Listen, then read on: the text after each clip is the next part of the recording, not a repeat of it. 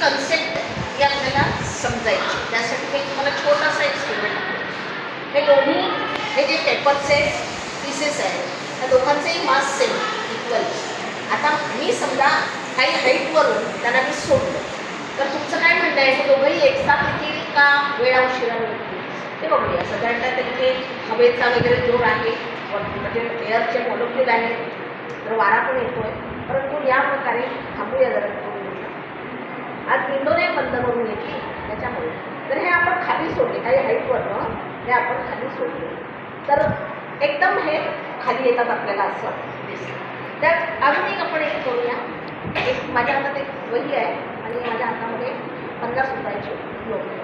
तर हे जर मी एकदम सोडलं तर प्रथम कोण आलं, नोट आली की वही आली. बघा मी एकदम सोडलं, वही खाली आली. काय याचं कारण सांगू शकाल? वजन. वजन म्हणजे मास तुम्ही सांगताय, वजन वस्तुमान.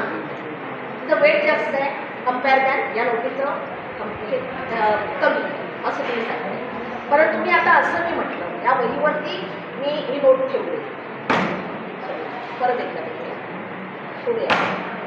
काय झालं, वहीबरोबरच नोट आली ना. म्हणजे याच्यामध्ये वस्तुमान कम्पेअर होत नाही आहे, लक्षात ठेवा. यामध्ये एअरफोर्स म्हणजे एअरचे जे मॉलिक्यूल आहे ते मॉलिक्यूल याला अपोज करतात, घर्षण होतं, फ्रिक्शन होतं. आणि बायंड फोर्स हवेमधला जो बायंड फोर्स आहे आणि जी ग्रॅव्हिटी आहे ती ग्रॅव्हिटी काय करते, खेचते.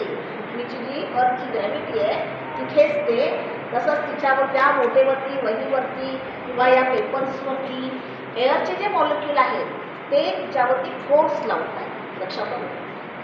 त्या फोर्समुळे या ठिकाणी आपल्याला जे त्यांचं फॉलिंग होतं आहे, फॉलिंग याला आपण म्हणणार आहोत फ्री फॉल.